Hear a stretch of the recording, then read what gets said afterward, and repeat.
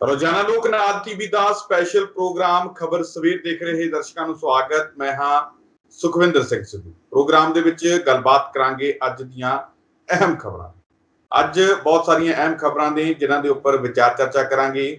ਸਭ ਤੋਂ ਪਹਿਲਾਂ ਉਹਨਾਂ ਤੇ ਇੱਕ ਝਾਤ ਮਾਰ ਲੈਂਦੇ ਹਾਂ। ਸਭ ਤੋਂ ਪਹਿਲਾਂ ਗੱਲਬਾਤ ਕਰਾਂਗੇ ਕਿ ਕੈਪਟਨ ਅਮਰਿੰਦਰ ਸਿੰਘ ਦੀ ਅੱਜ ਜਿਹੜੀ ਕਾਂਗਰਸ ਹਾਈ ਕਮਾਨ ਦੇ ਵੱਲੋਂ ਬਣਾਈ ਗਈ 3 ਮੈਂਬਰੀ ਕਮੇਟੀ ਉਸ ਦੇ ਅੱਗੇ ਪੇਸ਼ੀ ਹੈ ਤੇ ਕਹਿੰਦੇ ਕੈਪਟਨ ਅਮਰਿੰਦਰ ਸਿੰਘ ਬਹੁਤ ਸਾਰੇ ਸਬੂਤ ਬਹੁਤ ਸਾਰੀਆਂ ਕਟਿੰਗਾਂ ਆਪਣੇ ਨਾਲ ਲੈ ਕੇ ਜਾ ਰਹੇ ਨੇ ਤੇ ਉੱਥੇ ਆਪਣਾ ਪੱਖ ਰੱਖਣਗੇ, ਖਾਸ ਕਰਕੇ ਬੇਅਦਬੀ ਮਾਮਲਿਆਂ ਦੇ ਉੱਪਰ। ਜਿਸ ਤਰੀਕੇ ਦੇ ਨਾਲ ਕੱਲ ਵੀ ਆਪਾਂ ਤੁਹਾਨੂੰ ਦੱਸਿਆ ਸੀਗਾ ਕਿ ਕੈਪਟਨ ਅਮਰਿੰਦਰ ਸਿੰਘ ਦੀ ਮੀਟਿੰਗ ਤੋਂ ਇੱਕ ਦਿਨ ਪਹਿਲਾਂ SIT ਦੇ ਵੱਲੋਂ ਇਹ ਗੱਲ ਕਹਿਣੀ ਕਿ ਬੇਅਦਬੀ ਦੇ ਦੋਸ਼ੀ ਫੜੇ ਗਏ ਨੇ। ਕਿਤੇ ਨਾ ਕਿਤੇ ਕੈਪਟਨ ਅਮਰਿੰਦਰ ਸਿੰਘ ਨੂੰ ਜਿਹੜਾ ਆਕਸੀਜਨ ਮਿਲੀ ਹੈ ਇੱਕ ਤਰੀਕੇ ਦੇ ਨਾਲ ਇਸ ਦੇ ਵਿੱਚੋਂ। ਹੁਣ ਉੱਥੇ ਜਾ ਕੇ ਆਪਣਾ ਕਿਸ ਤਰੀਕੇ ਦੇ ਨਾਲ ਪੱਖ ਰੱਖਦੇ ਨੇ, ਕੀ ਕੁਝ ਨਾਲ ਲੈ ਕੇ ਜਾ ਰਹੇ ਨੇ, ਉਹ ਵੀ ਦੱਸਾਂਗੇ। ਉਸ ਤੋਂ ਬਾਅਦ ਗੱਲਬਾਤ ਕਰਾਂਗੇ ਕਿ ਹੁਣ ਜਿਹੜੀ ਪਹਿਲਾਂ ਲੜਾਈ ਚੱਲ ਰਹੀ ਸੀ ਨਵਜੋਤ ਸਿੰਘ ਸਿੱਧੂ ਤੇ ਕੈਪਟਨ ਅਮਰਿੰਦਰ ਸਿੰਘ ਦੇ ਵਿਚਕਾਰ, ਹੁਣ ਉਹਨਾਂ ਦੀਆਂ ਧਰਮ ਪਤਨੀਆਂ ਦੇ ਵਿਚਕਾਰ ਵੀ ਇਹ ਲੜਾਈ ਜਿਹੜੀ ਚੱਲ ਪਈ ਹੈ। ਮਹਾਰਾਣੀ ਪ੍ਰਨੀਤ ਕੌਰ ਤੇ ਨਵਜੋਤ ਕੌਰ ਸਿੱਧੂ ਆਪਸ ਦੇ ਵਿੱਚ ਉਲਝੀਆਂ ਨੇ। ਕੀ ਇਸ ਦਾ ਕਾਰਨ ਹੈ ਤੇ ਕੀ ਕੁਝ ਕਿਹਾ ਉਹਨਾਂ ਨੇ ਇੱਕ ਦੂਜੇ ਨੂੰ, ਇਹ ਵੀ ਤੁਹਾਨੂੰ ਦੱਸਾਂਗੇ। ਤੇ ਉੱਥੇ ਹੀ ਗੱਲਬਾਤ ਕਰਾਂਗੇ ਕਿ ਸੁਖਪਾਲ ਸਿੰਘ ਖਹਿਰਾ ਜਿਹੜੇ ਹੈ, ਸੁਖਪਾਲ ਸਿੰਘ ਖਹਿਰਾ ਦੀ ਕਾਂਗਰਸ ਦੇ ਵਿੱਚ ਵਾਪਸੀ ਦੀਆਂ ਚਰਚਾਵਾਂ ਨੇ। ਚਰਚਾਵਾਂ ਤੇ ਹੁਣ ਕਾਂਗਰਸ ਦੇ ਵਿੱਚ ਆਪਸੀ ਕਲੇਸ਼ ਛਿੜ ਗਿਆ। ਕੀ ਹੁਣ ਅਜਿਹੇ ਕਲੇਸ਼ ਦੇ ਵਿੱਚ ਸੁਖਪਾਲ ਸਿੰਘ ਖਹਿਰਾ ਦੀ ਵਾਪਸੀ ਹੋਵੇਗੀ ਜਾਂ ਨਹੀਂ? ਜਿਸ ਤਰੀਕੇ ਦੇ ਬਗੈਰਤ ਦੇ ਹੋਰ ਬਹੁਤ ਸਾਰੇ ਇਲਜ਼ਾਮ ਖਹਿਰਾ ਤੇ ਲਗਾਏ ਜਾ ਰਹੇ ਨੇ, ਕੀ ਖਹਿਰਾ ਉਹਨਾਂ ਇਲਜ਼ਾਮਾਂ ਦੇ ਨਾਲ ਕਾਂਗਰਸ ਪਾਰਟੀ ਦੇ ਵਿੱਚ ਜੁਆਇਨ ਕਰਨਗੇ? ਤਾਂ ਉੱਥੇ ਹੀ ਹੁਣ ਇੱਕ ਵਾਰ ਫਿਰ ਤੋਂ ਗੱਲਬਾਤ ਕਰਾਂਗੇ ਰਜਿੰਦਰ ਕੌਰ ਪੱਠਲ ਦੇ ਬਾਰੇ। ਰਜਿੰਦਰ ਕੌਰ ਪੱਠਲ ਦੀ ਕੈਪਟਨ ਅਮਰਿੰਦਰ ਸਿੰਘ ਵਰਸਸ ਨਵਜੋਤ ਸਿੰਘ ਸਿੱਧੂ ਦੇ ਕਲੇਸ਼ ਦੇ ਵਿੱਚ ਐਂਟਰੀ ਹੋਈ ਹੈ। ਕੀ ਕੁਝ ਕਹਿੰਦੇ ਨੇ ਰਜਿੰਦਰ ਕੌਰ ਪੱਠਲ? ਇਹਨਾਂ ਤਮਾਮ ਖਬਰਾਂ ਦੇ ਉੱਪਰ ਵਿਚਾਰ ਚਰਚਾ ਕਰਾਂਗੇ। ਤੇ ਵਿਚਾਰ ਚਰਚਾ ਲਈ ਮੇਰੇ ਨਾਲ ਮੌਜੂਦ ਰਹਿਣਗੇ ਡਾਕਟਰ ਭੀਮਿੰਦਰ ਸਿੰਘ ਜੀ, ਰਾਜਨੀਤਿਕ ਮਾਹਰ ਦੇ ਤੌਰ ਤੇ ਮੇਰੇ ਨਾਲ ਜੁੜੇ ਹੋਏ ਨੇ। ਸਭ ਤੋਂ ਪਹਿਲਾਂ ਉਹਨਾਂ ਦਾ ਸਵਾਗਤ ਕਰਦੇ ਹਾਂ। ਡਾਕਟਰ ਸਾਹਿਬ, ਸਵਾਗਤ ਹੈ ਪ੍ਰੋਗਰਾਮ ਦੇ ਵਿੱਚ। ਬਹੁਤ ਬਹੁਤ ਸ਼ੁਕਰੀਆ, ਮਿਹਰਬਾਨੀ, ਧੰਨਵਾਦ ਸੁਖਵਿੰਦਰ ਜੀ। ਡਾਕਟਰ ਸਾਹਿਬ, ਸ਼ੁਰੂਆਤ ਜਿਹੜੀ ਆਪਾਂ ਕੈਪਟਨ ਅਮਰਿੰਦਰ ਸਿੰਘ ਤੋਂ ਹੀ ਕਰ ਲੈਣੇ ਆ। ਕੈਪਟਨ ਅਮਰਿੰਦਰ ਸਿੰਘ ਦੀ ਪੇਸ਼ੀ ਹੈ। ਕੈਪਟਨ ਅਮਰਿੰਦਰ ਸਿੰਘ ਕਹਿੰਦੇ ਬਹੁਤ ਸਾਰੇ ਸਬੂਤ ਲੈ ਕੇ ਜਾ ਰਹੇ ਨੇ, ਖਾਸ ਕਰਕੇ ਜਿਸ ਤਰੀਕੇ ਦੇ ਨਾਲ ਪੇਸ਼ੀ ਤੋਂ ਇੱਕ ਦਿਨ ਪਹਿਲਾਂ ਬੇਅਦਬੀ ਦੇ ਜਿਹੜੇ ਦੋਸ਼ੀ ਫੜੇ ਗਏ ਨੇ, ਉਹਨਾਂ ਦੇ ਵੱਲੋਂ ਇਹ ਗੱਲਾਂ ਕਹੀਆਂ ਗਈਆਂ ਨੇ ਕਿ ਇਹਨਾਂ ਦੇ ਵੱਲੋਂ ਹੀ ਦੋਸ਼ੀ ਫੜੇ ਗਏ ਆ। ਬੇਸ਼ੱਕ ਲੋਕ ਕਹਿ ਰਹੇ ਹੋਣ ਕਿ ਹਾਲੇ ਪੂਰਨ ਤਰੀਕੇ ਦੇ ਨਾਲ ਇਹ ਮਾਮਲਾ ਨਹੀਂ ਸੁਲਝਿਆ, ਕਿਉਂਕਿ ਪਹਿਲਾਂ ਵੀ ਇਹ ਤੱਥ ਪਹਿਲਾਂ ਵੀ ਸਾਹਮਣੇ ਆ ਚੁੱਕੇ ਨੇ, ਕੋਈ ਨਵੀਂ ਗੱਲ ਨਹੀਂ। ਪਰ ਗੱਲ ਇਹ ਹੈ ਕਿ ਇਹਨਾਂ ਨੂੰ ਕਿਹਨੇ ਹੁਕਮ ਦਿੱਤਾ ਸੀ? ਇਹ ਸਾਰੀਆਂ ਗੱਲਾਂ ਜਿਹੜੀਆਂ ਅੱਜ ਕੈਪਟਨ ਅਮਰਿੰਦਰ ਸਿੰਘ ਦੇ ਸਾਹਮਣੇ ਉੱਥੇ ਹੋਣਗੀਆਂ, ਕਿਵੇਂ ਦੇਖਦੇ ਹੋ? ਕਿਵੇਂ ਰਹਿਣ ਵਾਲੀ ਅੱਜ ਦੀ ਪਰਿਸਥਿਤੀ ਜਿਹੜੀ ਹੈ ਕੈਪਟਨ ਅਮਰਿੰਦਰ ਸਿੰਘ ਦੀ ਮੀਟਿੰਗ? ਸੁਖਵਿੰਦਰ ਜੀ, ਕੈਪਟਨ ਅਮਰਿੰਦਰ ਸਿੰਘ ਹੋਰਾਂ ਨੂੰ ਲਗਭਗ ਆਪਾਂ ਕਹਿ ਸਕਦੇ ਹਾਂ ਕਿ ਦੂਸਰੀ ਟਰਮ ਦੇ ਵਿੱਚ ਇਹ ਆਖਰੀ ਸਾਲ ਉਹਨਾਂ ਦਾ ਹੈ। ਇਸ ਤੋਂ ਵੀ ਪਹਿਲਾਂ 2002 ਔਰ 2007 ਦੇ ਵਿੱਚ ਉਹਨਾਂ ਨੇ ਸੱਤਾ ਸੰਭਾਲੀ ਸੀਗੀ ਐਜ਼ ਏ ਮੁੱਖ ਮੰਤਰੀ। ਐਤਕੀ ਜਿਹੜੇ ਹੈਗਾ 17 ਤੋਂ ਬਾਅਦ 21 ਆ ਗਿਆ। ਔਰ ਇਹਨਾਂ ਸਾਲਾਂ ਦੇ ਵਿੱਚ ਜਿਹੜੀ ਗੱਲ ਸਮਝਣ ਵਾਲੀ ਹੈ ਉਹ ਇਹ ਹੈ ਕਿ ਅੱਜ ਤੱਕ ਇਦਾਂ ਦੀ ਸਿਚੁਏਸ਼ਨ ਦਾ, ਇਦਾਂ ਦੇ ਹਾਲਾਤ ਦਾ ਸਾਹਮਣਾ ਅਮਰਿੰਦਰ ਸਿੰਘ ਜੀ ਨੂੰ ਪਹਿਲਾਂ ਨਹੀਂ ਸੀ ਕਰਨਾ ਪਿਆ। ਜਿਸ ਕਿਸਮ ਦਾ ਪ੍ਰੈਸ਼ਰ, ਜਿਸ ਕਿਸਮ ਦੀ ਡਾਵਾਡੋਲ ਸਥਿਤੀ ਇਸ ਵੇਲੇ ਅਮਰਿੰਦਰ ਸਿੰਘ ਜੀ ਦੀ ਬਣੀ ਹੋਈ ਹੈ, ਮੈਨੂੰ ਲੱਗਦਾ ਹੈ ਕਿ ਉਹਨਾਂ ਨੇ ਕਦੇ ਸੋਚਿਆ ਨਹੀਂ ਸੀਗਾ, ਅਮਰਿੰਦਰ ਸਿੰਘ ਹੋਰਾਂ ਨੇ, ਕਿ ਮੇਰੀ ਪੋਜੀਸ਼ਨ ਜਿਹੜੀ ਹੈਗੀ ਹੈ ਮੇਰੇ ਹੀ ਕਾਲ ਦੇ ਵਿੱਚ ਇਦਾਂ ਦੀ ਬਣ ਜਾਏਗੀ। ਸੋ ਕਹਿਣ ਦਾ ਭਾਵ ਹੈ ਕਿ ਅੰਦਰ ਖਾਤੇ ਬਹੁਤ ਪੇਤਲੀ ਪੋਜੀਸ਼ਨ ਬਣੀ ਹੋਈ ਹੈ। ਔਰ ਕਈ ਵਾਰੀ ਤਾਂ ਇਹ ਵੀ ਗੱਲਾਂ ਸੁਣਨ ਨੂੰ ਮਿਲਦੀਆਂ ਨੇ ਕਿ ਇਹਨਾਂ ਨੂੰ ਸ਼ਾਇਦ ਹਟਾ ਦਿੱਤਾ ਜਾਏ ਆਪਣੀ ਕੁਰਸੀ ਤੋਂ ਔਰ ਕੋਈ ਨਵਾਂ ਜਿਹੜਾ ਹੈਗਾ ਚਿਹਰਾ ਲਿਆਂਦਾ ਜਾਏ। ਇੱਦਾਂ ਦੀਆਂ ਵੀ ਗੱਲਾਂ ਜਿਹੜੀਆਂ ਨੇ ਸੁਣਨ ਨੂੰ ਮਿਲਦੀਆਂ ਨੇ।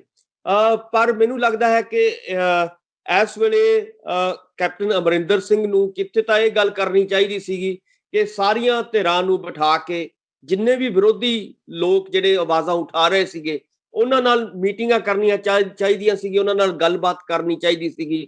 ਕਿੱਥੇ ਦੂਜੇ ਪਾਸੇ ਤੁਸੀਂ ਜਿਵੇਂ ਫਾਈਲਾਂ ਦੀ ਗੱਲ ਕਰ ਰਹੇ ਹੋ ਕਿ ਕਿਸੇ ਨੂੰ ਵਿਜੀਲੈਂਸ ਦੀ ਫਾਈਲ ਖੋਲਤੀ, ਕਿਸੇ ਦੀ ਫਲਾਣੇ ਦੀ, ਮੈਂ ਉੱਥੇ ਜਾ ਕੇ ਸ਼ਿਕਾਇਤਾਂ ਲਾਵਾਂਗਾ ਕਿ ਤੁਹਾਨੂੰ ਦੱਸਾਂਗਾ ਕਿ ਇੱਥੇ ਇਹ ਜਿਹੜੇ ਨੇ ਮਾੜੇ ਧੰਦੇ ਕਰਦੇ ਰਹੇ ਹੈ। ਸੋ ਇਦਾਂ ਦੀਆਂ ਗੱਲਾਂ ਮੈਨੂੰ ਲੱਗਦਾ ਹੈ ਕਿ ਇਹੀ ਸਵਾਲ ਜਿਹੜੇ ਨੇ ਕੈਪਟਨ ਸਾਹਿਬ ਦੇ ਸੱਤਾ ਦੇ ਉੱਤੇ ਚੁੱਕਣੇ ਬਣਦੇ ਨੇ ਕਿ ਜੇ 4.5 ਸਾਲ ਉਹ ਚੁੱਪ ਕਿਉਂ ਰਹੇ?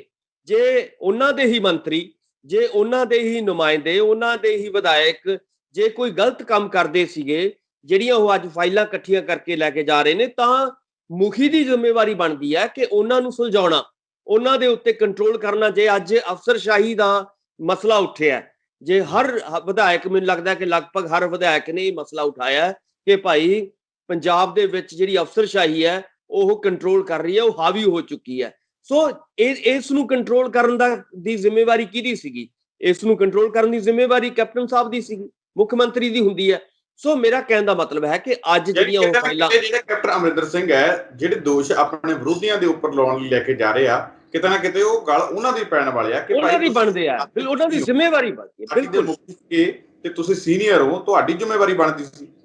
ਨਹੀਂ, ਸੀਨੀਅਰ ਨਾਲੋਂ ਕੈਪਟਨ ਨੇ, ਉਹ ਮੁੱਖ ਮੰਤਰੀ ਨੇ ਜੀ। ਉਹ ਹਰ ਚੀਜ਼ ਪੰਜਾਬ ਦੇ ਵਿੱਚ ਜਿਹੜਾ ਪੱਤਾ ਵੀ ਝੂਲਦਾ ਹੈ, ਉਹ ਕੈਪਟਨ ਸਾਹਿਬ ਦੀ ਜਾਂ ਮੁੱਖ ਮੰਤਰੀ ਸਾਹਿਬ ਦੀ ਰਹਿਨਮਾਈ ਦੇ ਵਿੱਚ ਝੂਲਦਾ ਹੈ। ਸੋ ਇਸ ਕਰਕੇ ਜੇ ਕੋਈ ਪੰਜਾਬ ਦੇ ਵਿੱਚ ਗੜਬੜ ਹੋਈ ਹੈ, ਜੇ ਕੋਈ ਪੰਜਾਬ ਦੇ ਵਿੱਚ ਘਪਲੇ ਹੋਏ ਨੇ, ਜੇ ਕਿਸੇ ਜਿਹੜੀ ਸਿੱਟ ਦੇ ਜੇ ਬੇਸਿੱਟਾ ਰਹੀ ਹੈ, ਕਿਸੇ ਨੂੰ ਸਜ਼ਾਵਾਂ ਨਹੀਂ ਮਿਲਦੀਆਂ ਜਾਂ ਕਿਸੇ ਨੂੰ ਮਿਲਦੀਆਂ ਨੇ, ਤਾਂ ਇਹਦੇ ਵਿੱਚ ਸਾਰੀ ਜ਼ਿੰਮੇਵਾਰੀ ਮੁੱਖ ਮੰਤਰੀ ਦੀ ਹੁੰਦੀ ਹੈ। ਮੇਰਾ ਕਹਿਣ ਤੋਂ ਭਾਵ ਹੈ ਕਿ ਅੱਜ ਉਹ ਫਾਈਲਾਂ ਲਿਜਾਣ ਦਾ ਕੋਈ ਫਾਇਦਾ ਨਹੀਂ, ਸਗੋਂ ਉਹਨਾਂ ਦੇ ਉਲਟ ਜਾਣਗੀਆਂ।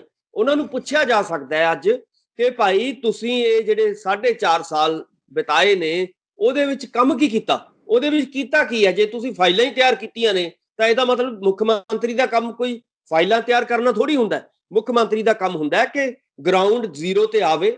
ਜੇ ਅੱਜ ਕਰੋਨਾ ਦੀ ਮਹਾਮਾਰੀ ਪੰਜਾਬ ਦੇ ਵਿੱਚ ਬਹੁਤ ਜਾਨਾਂ ਜਿਹੜੀਆਂ ਗਈਆਂ ਨੇ, ਤਾਂ ਕੀ ਮੁੱਖ ਮੰਤਰੀ ਨੂੰ ਸਵਾਲ ਇਹ ਪੁੱਛਿਆ ਜਾਏਗਾ ਕਿ ਕੀ ਉਹਨਾਂ ਦੀ ਜ਼ਿੰਮੇਵਾਰੀ ਨਹੀਂ ਸੀ ਕਿ ਗਰਾਊਂਡ ਜ਼ੀਰੋ ਤੇ ਜਾਂਦੇ, ਲੋਕਾਂ ਦੇ ਵਿੱਚ ਵਿਚਰਦੇ, ਉੱਥੇ ਜਾ ਕੇ ਦੇਖਦੇ? ਕਿ ਜਿਵੇਂ ਹੁਣ ਮਹਾਰਾਣੀ ਪ੍ਰਨੀਤ ਕੌਰ ਜੇ ਇੱਕ ਪਾਸੇ ਇਹ ਗੱਲ ਕਹਿ ਰਹੇ ਨੇ ਕਿ ਸਿੱਧੂ ਨੂੰ ਜਿਹੜਾ ਹੈਗਾ ਮਹਾਮਾਰੀ ਦੇ ਦੌਰ ਦੇ ਵਿੱਚ ਆਪਣੀ ਇਲਾਕਾ ਦੇਖਣਾ ਚਾਹੀਦਾ, ਕੀ ਮੁੱਖ ਮੰਤਰੀ ਸਾਹਿਬ ਨੂੰ ਆਪਣਾ ਇਲਾਕਾ ਪੰਜਾਬ ਹੈ ਉਹਨਾਂ ਦਾ, ਕੀ ਪੰਜਾਬ ਦੇ ਵਿੱਚ ਨਹੀਂ ਸੀ ਆਉਣਾ ਚਾਹੀਦਾ?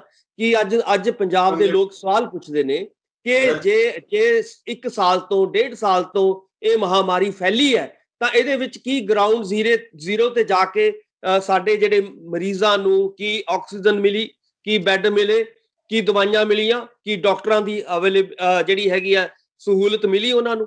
ਸੋ ਮੇਰਾ ਕਹਿਣ ਦਾ ਮਤਲਬ ਹੈ ਕਿ ਇਹ ਬਹੁਤ ਬੁਨਿਆਦੀ ਸਵਾਲ ਅੱਜ ਜਿਹੜੇ ਨੇ ਕੈਪਟਨ ਸਾਹਿਬ ਤੋਂ ਪੁੱਛੇ ਜਾਣੇ ਚਾਹੀਦੇ ਨੇ। ਇੱਕ ਪਾਸੇ ਉਹ ਫਾਈਲਾਂ ਤਿਆਰ ਕਰੀ ਬੈਠੇ ਨੇ, ਔਰ ਦੂਜੇ ਪਾਸੇ ਉਹ ਕਹਿ ਰਹੇ ਨੇ ਕਿ ਸਾਰਾ ਕੁਝ ਠੀਕ ਚੱਲ ਰਿਹਾ ਹੈ, ਕਿ ਬਹੁਤ ਵਧੀਆ ਸਾਰਾ ਕੁਝ ਹੋਇਆ 4.5 ਸਾਲਾਂ ਦੇ ਵਿੱਚ। ਇਹ ਮੈਨੂੰ ਲੱਗਦਾ ਹੈ ਕਿ ਅੱਜ ਜਿਹੜੀ ਉਹਨਾਂ ਦੀ ਕਾਰਗੁਜ਼ਾਰੀ ਰਹੀ ਹੈ, ਉਹਦੇ ਉੱਤੇ ਬਹੁਤ ਵੱਡੇ ਸਵਾਲ ਸਾਰੇ ਵਿਧਾਇਕਾਂ ਨੇ। ਇਹ ਨਹੀਂ ਕਿ ਮੈਂ ਕਹਿ ਰਿਹਾ ਇੱਕ ਅੱਧੇ ਨੇ, ਕਈ ਵਾਰੀ ਹੁੰਦਾ ਕਿ ਹੋ ਸਕਦਾ ਕਿ ਪਹਿਲਾਂ ਤਾਂ ਇਹ ਕਹਿੰਦੇ ਸੀਗੇ ਸ਼ਾਇਦ ਨਵਜੋਤ ਸਿੰਘ ਸਿੱਧੂ ਹੀ ਇਕੱਲਾ ਬੋਲੀ ਜਾਂਦਾ, ਫਿਰ ਕਹਿਣ ਲੱਗੇ ਵੀ ਸ਼ਾਇਦ ਪ੍ਰਗਟ ਸਿੰਘ ਬੋਲਦਾ, ਫਿਰ ਕਹਿਣ ਲੱਗੇ ਜੀ ਸ਼ਾਇਦ ਪ੍ਰਤਾਪ ਸਿੰਘ ਬਾਜਵਾ ਹੀ ਬੋਲਦੇ ਨੇ, ਫਿਰ ਕਹਿਣ ਲੱਗੇ ਸ਼ਾਇਦ ਦੁੱਲੋ ਜੀ ਬੋਲਦੇ ਨੇ। ਹੁਣ ਤਾਂ ਤੁਸੀਂ ਦੇਖੋਗੇ ਕਿ ਜਿਹੜੀਆਂ ਇਹ ਰਿਪੋਰਟਾਂ ਸਾਹਮਣੇ ਆ ਰਹੀਆਂ ਨੇ, ਜਿਹੜੇ ਲੋਕ ਸਾਹਮਣੇ ਆ ਰਹੇ ਨੇ ਪ੍ਰੈਸ ਦੇ ਵਿੱਚ, ਉਹ ਤਾਂ ਸ਼ਰੇਆਮ ਕਹਿ ਰਹੇ ਨੇ ਕਿ ਬਹੁਤੇ ਲੋਕ ਇਸੇ ਲਈ ਕਹਿ ਰਹੇ ਨੇ ਕਿ 4.5 ਸਾਲਾਂ ਦੇ ਵਿੱਚ ਕਿਹੜੇ ਕੰਮ ਕੀਤੇ ਗਏ। ਤੇ ਮਾਨ ਸਾਹਿਬ ਦੀ ਤੁਸੀਂ ਗੱਲ ਲਓ, ਤੇ ਮਾਨ ਸਾਹਿਬ ਨੇ ਕੱਲ ਬਕਾਇਦਾ ਤੌਰ ਤੇ ਕਿਹਾ ਕਿ ਤੁਸੀਂ ਸਾਨੂੰ ਦੱਸੋ ਵੀ ਕਿਹੜਾ ਵਾਅਦਾ ਉਹਨਾਂ ਨੇ ਪੂਰਾ ਕੀਤਾ। ਘਰ ਘਰ ਨੌਕਰੀ ਦਾ ਵਾਅਦਾ, ਚਾਹੇ ਤੁਸੀਂ ਕਿਸਾਨਾਂ ਦਾ ਵਾਅਦਾ, ਚਾਹੇ ਹੋਰ ਜਿਹੜੇ ਬਾਕੀ ਜਿੰਨੇ ਵੀ ਵਾਅਦੇ ਕੀਤੇ ਸੀ, ਉਹਨਾਂ ਨੇ ਸਵਾਲ ਖੜੇ ਕੀਤੇ ਕਿ ਤੁਸੀਂ ਦੱਸੋ ਕਿ ਕਿਹੜਾ ਵਾਅਦਾ ਇੱਕ ਵੀ ਦੱਸੋ ਕਿਹੜਾ ਪੂਰਾ ਹੋਇਆ। ਸੋ ਇਸ ਕਰਕੇ ਮੈਨੂੰ ਲੱਗਦਾ ਹੈ ਕਿ ਕੈਪਟਨ ਸਾਹਿਬ ਦਾ ਜੋ ਹੁਣ ਸਮਾਂ ਚੱਲ ਰਿਹਾ ਹੈ, ਕਾਫੀ ਮਾੜਾ ਚੱਲ ਰਿਹਾ ਹੈ, ਔਰ ਇਹਦਾ ਅਸਰ ਜਿੱਥੇ ਆਪਣੇ ਲੀਡਰਾਂ ਦੀ ਅਨੁਸ਼ਾਸਨ ਭੰਗ ਕਰਨ ਦੀ ਜਿਹੜੀ ਗਲਤੀ ਹੈ ਜਾਂ ਅਨੁਸ਼ਾਸਨ ਭੰਗ ਕਰਨ ਦੀ ਜਿਹੜੀ ਗੱਲ ਹੈ, ਉਹ ਹਾਈ ਕਮਾਂਡ ਦੀ ਇਸ ਕਮੇਟੀ ਦੇ ਕੋਲ ਲੈ ਕੇ ਜਾ ਰਹੇ ਨੇ, ਤਾਂ ਉੱਥੇ ਹੀ ਆਪਣੇ ਤੇ ਲੱਗੇ ਇਲਜ਼ਾਮਾਂ ਦੇ ਜਵਾਬ ਵੀ ਕੈਪਟਨ ਅਮਰਿੰਦਰ ਸਿੰਘ ਜਿਹੜੇ ਆ ਉਹ ਵੀ ਕਮੇਟੀ ਦੇ ਅੱਗੇ ਲੈ ਕੇ ਜਾ ਰਹੇ ਨੇ। ਜੇਕਰ ਬੇਅਦਬੀ ਦਾ ਮੁੱਦਾ ਉੱਠਦਾ ਹੈ, ਜੇਕਰ ਕੈਪਟਨ ਅਮਰਿੰਦਰ ਸਿੰਘ ਕਹਿੰਦੇ ਨੇ ਕਿ ਭਾਈ ਸਾਡੇ ਵੱਲੋਂ ਉਹ ਕੱਲ ਦਾ ਮਾਮਲਾ ਜਿਹੜਾ ਸੁਲਝਾ ਲਿਆ ਗਿਆ, ਪਰ ਹਾਲੇ ਵੀ ਵਿਰੋਧੀ ਇਹ ਸਵਾਲ ਚੁੱਕ ਰਹੇ ਨੇ, ਹਾਲੇ ਵੀ ਆਮ ਲੋਕ ਜਿਹੜੇ ਆ ਉਹ ਸਵਾਲ ਚੁੱਕ ਰਹੇ ਨੇ ਕਿ ਭਾਈ ਇਹ ਤਾਂ ਤੱਥ ਪਹਿਲਾਂ ਵੀ ਸਾਹਮਣੇ ਆ ਚੁੱਕਿਆ, ਇਹ ਤਾਂ ਲੋਕ ਪਹਿਲਾਂ ਵੀ ਸਾਹਮਣੇ ਆ ਚੁੱਕਿਆ, ਜਿਹਨਾਂ ਨੂੰ ਤੁਸੀਂ ਅੱਜ ਫੜ ਰਹੇ ਹੋ। ਅਸਲ ਦੇ ਵਿੱਚ ਇਹਨਾਂ ਨੂੰ ਕਰਵਾਉਣ ਵਾਲਾ ਕੌਣ ਸੀ, ਇਹਨਾਂ ਤੋਂ ਹੁਕਮ ਦੇਣ ਵਾਲਾ ਕੌਣ ਸੀ? ਕੀ ਲੱਗਦਾ ਹੈ ਕਿ ਇਸ ਮਾਮਲੇ ਦੇ ਉੱਪਰ captain Amarinder Singh satisfied committee ਨੂੰ ਕਰ ਸਕਦੇ ਆ, ਜਾਂ ਫਿਰ ਇਸ ਮਾਮਲੇ ਤੇ ਇੱਕ ਵਾਰ ਫਿਰ ਤੋਂ ਕਮੇਟੀ ਦੇ ਅੱਗੇ ਸਰਕਾਰ ਆਪਣੀ ਹਾਈ ਕਮਾਂਡ ਦੇ ਅੱਗੇ ਕੈਪਟਨ ਅਮਰਿੰਦਰ ਸਿੰਘ ਘਿਰ ਜਾਣਗੇ? ਸੁਖਿੰਦਰ ਜੀ ਦੇਖੋ, ਜਿਹੜੀ ਬਰਗਾੜੀ ਕਾਂਡ ਦਾ ਮਸਲਾ ਹੈ ਜਾਂ ਬੇਅਦਬੀ ਕਾਂਡ ਦਾ ਮਸਲਾ ਹੈ, ਇਹਦੇ ਬਾਰੇ ਪਹਿਲਾਂ ਵੀ ਰਣਜੀਤ ਸਿੰਘ ਕਮਿਸ਼ਨ ਬਣਿਆ, ਜ਼ੋਰਾ ਸਿੰਘ ਕਮਿਸ਼ਨ ਬਣਿਆ, ਸਿੱਟਾਂ ਬਣੀਆਂ ਔਰ ਸਾਰੀਆਂ ਬੇਸਿੱਟਾਂ ਰਹੀਆਂ, ਔਰ ਲਗਭਗ ਜਿਹੜੇ ਜਿਸ ਤਰ੍ਹਾਂ ਦੇ ਕੱਲ ਖੁਲਾਸੇ ਹੋਏ ਨੇ ਨਵੀਂ ਸਿੱਟ ਦੇ ਰਾਹੀਂ, ਇਹੀ ਲਗਭਗ ਖੁਲਾਸੇ ਰਣਜੀਤ ਸਿੰਘ ਕਮਿਸ਼ਨ ਨੇ ਕੀਤੇ ਸੀਗੇ। ਉਹਨਾਂ ਨੇ ਵੀ ਇਹੀ ਗੱਲਾਂ ਕੀਤੀਆਂ ਸੀਗੀਆਂ, ਉਹ ਰੱਦ ਹੋ ਗਿਆ, ਉਹ ਜਿਹੜੀ ਹੈਗੀ ਕਿਸੇ ਨੇ ਨਹੀਂ ਸੁਣੀ ਉਹਨਾਂ ਦੀ ਗੱਲ। ਉਸ ਤੋਂ ਬਾਅਦ ਜ਼ੋਰਾ ਸਿੰਘ ਹੋਰਾਂ ਦੀ ਜਿਹੜੀ ਹੈਗੀ ਰਿਪੋਰਟ ਜਿਹੜੀ ਹੈਗੀ ਹੈ ਖੁਰਦ-ਬੁਰਦ ਹੋ ਗਈ। ਇਸ ਤੋਂ ਬਾਅਦ ਜਿਹੜੀਆਂ ਬਾਕੀ ਸਿੱਟਾਂ ਮਿਲੀਆਂ, ਉਹਨਾਂ ਨੇ ਵੀ ਇਹੀ ਨਤੀਜੇ। ਹੁਣ ਕੱਲ ਜਿਹੜਾ ਡੇਰਾ ਪ੍ਰੇਮੀਆਂ ਦਾ ਬਿਆਨ ਆਇਆ, ਉਹਦੇ 'ਚ ਇਹੀ ਆਇਆ ਕਿ ਕਿਤਾਬ ਉਹੀ ਹੈ, ਜਿਲਦ ਨਵੀਂ ਚਾੜਤੀ ਉਹਦੇ ਉੱਤੇ, ਸੋ ਮਤਲਬ ਉਹਨਾਂ ਦਾ ਕਹਿਣਾ ਇਹੀ ਸੀਗਾ ਕਿ ਭਾਈ ਇਹਦੇ ਚ ਨਵਾਂ ਕੀ ਕੀਤਾ, ਇਹ ਸਿੱਟ ਦੇ ਵਿੱਚ ਨਵੀਂ ਗੱਲ ਕਿਹੜੀ ਕਰਤੀ, ਸਾਨੂੰ ਦੱਸੋ ਤਾਂ ਸਹੀ। ਪੁਰਾਣੀ ਕਿਤਾਬ ਨੂੰ ਲੈ ਕੇ ਨਵੀਂ ਜਿਲਦ ਚਾੜ ਦੇਣੀ ਜਿਹੜੀ ਹੈਗੀ ਹੈ, ਉਹਦੇ ਚ ਕੀ ਤੁਹਾਡਾ ਜਿਹੜੀ ਹੈਗੀ ਹੈ ਸਿੱਟ ਨੇ ਕਿਹੜੇ ਨਤੀਜੇ ਨਵੇਂ ਕੱਢਤੇ।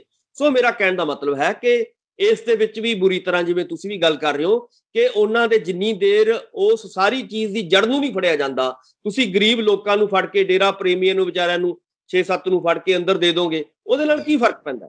ਉਹਦੇ ਨਾਲ ਅਸਲੀ ਜੜ ਤੱਕ ਤਾਂ ਨਹੀਂ ਪਹੁੰਚਿਆ ਜਾਂਦਾ।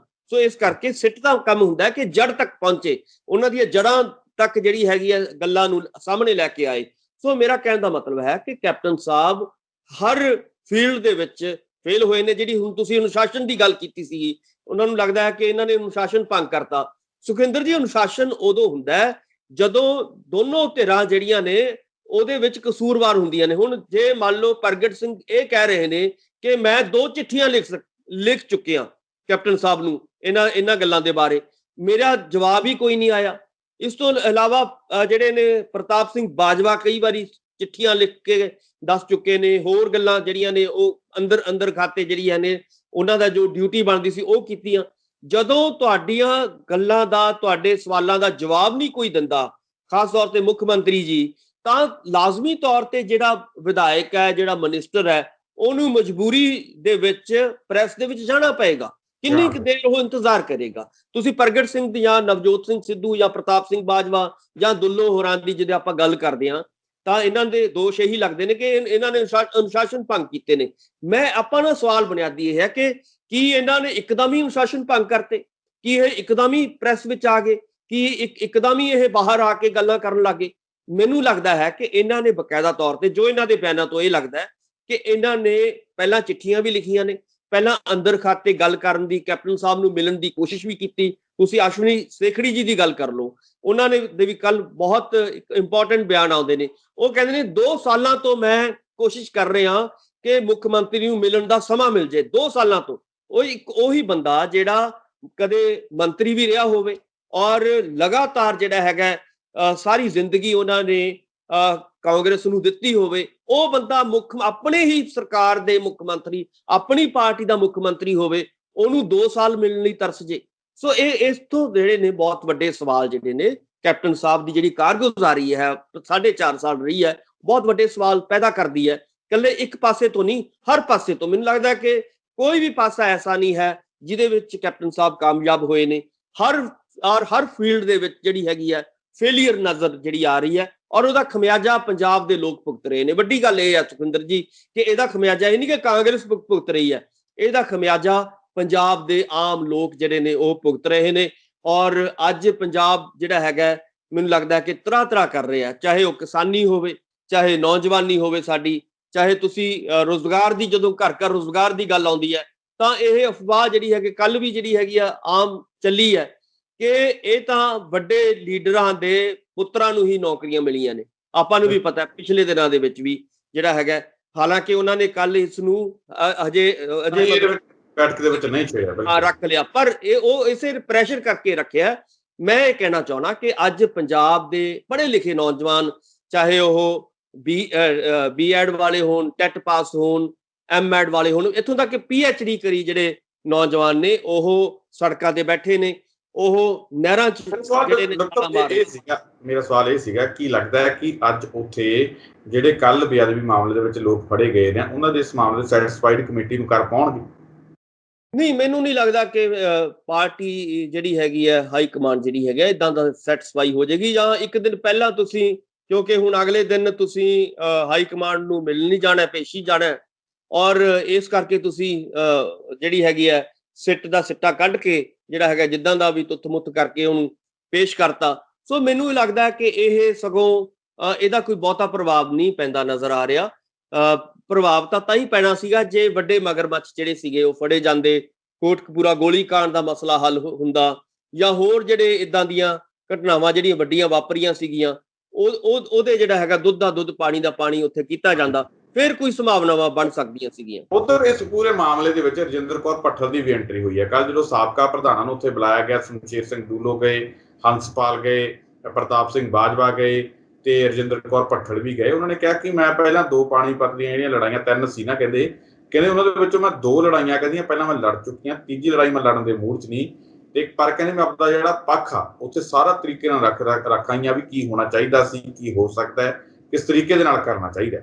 ਕਿਵੇਂ ਦੇਖਦੇ ਹੋ ਕਿ ਭੱਠਲ ਜਿਹੜੇ ਹੈ ਉਹ ਦੁਸ਼ਮਣੀ ਆਪਦੀ ਕੈਪਟਨ ਅਮਰਿੰਦਰ ਸਿੰਘ ਦੇ ਨਾਲ 2002 ਤੋਂ 2007 ਵਾਲੀ ਸਰਕਾਰ ਦੀ ਭੁੱਲ ਗਏ, ਜਾਂ ਫਿਰ ਹੁਣ ਇਹ ਮੰਨ ਲਈਏ ਕਿ ਰਜਿੰਦਰ ਕੌਰ ਭੱਠਲ ਨੇ ਜਿਹੜੇ ਆ ਹਥਿਆਰ ਸੁੱਟਦੇ? ਦੇਖੋ, ਮੈਨੂੰ ਇਹ ਲੱਗਦਾ ਹੈ ਕਿ ਰਜਿੰਦਰ ਕੌਰ ਭੱਠਲ ਹੋਰਾਂ ਦਾ ਜਿਹੜਾ ਪਿਛਲਾ ਲਗਭਗ 4 ਸਾਲ ਰਹੇ ਨੇ ਉਹਨਾਂ ਦਾ ਜੀਵਨ, ਉਹ ਕਾਫੀ ਉਹਨਾਂ ਨੂੰ ਲੱਗਦਾ ਕਿ ਸਿਆਸਤ ਤੋਂ ਸ਼ਾਇਦ ਉਹ ਹੁਣ ਮੈਨੂੰ ਲੱਗਦਾ ਕਿ ਹੌਲੀ ਹੌਲੀ ਰੈਸਟ ਕਰਨਾ ਚਾਹੁੰਦੇ ਨੇ, ਔਰ ਸਿਆਸਤ ਦੇ ਵਿੱਚ ਉਹਨਾਂ ਦੀ ਜ਼ਿਆਦਾ ਜਿਹੜੀ ਹੈਗੀ ਹੈ ਭਾਗੀਦਾਰੀ ਉਹ ਸਾਹਮਣੇ ਨਹੀਂ ਆਈ। ਇਸ ਕਰਕੇ ਮੈਨੂੰ ਇਹੀ ਲੱਗਦਾ ਕਿ ਹੁਣ ਉਹ ਆਰਾਮ ਕਰਕੇ ਆਪਣੇ ਜਿਹੜੇ ਹੈਗਾ ਆਪਣਾ ਜੀਵਨ ਬਿਤਾਉਣਾ ਚਾਹੁੰਦੇ ਨੇ।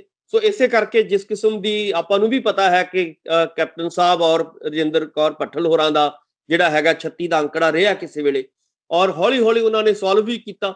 ਔਰ ਇਹ ਵੀ ਪਤਾ ਹੈ ਲੋਕਾਂ ਨੂੰ ਸਾਰਾ ਕਿ ਉਹਨਾਂ ਦਾ ਜਿਹੜਾ ਕਿਰਾਇਆ ਸੀਗਾ ਉਹ ਕਿਵੇਂ ਲੱਖਾਂ ਦੀ ਜਿਹੜੀ ਗਿਣਤੀ ਦੇ ਵਿੱਚ ਉਹ ਮਾਫ ਕੀਤਾ ਗਿਆ।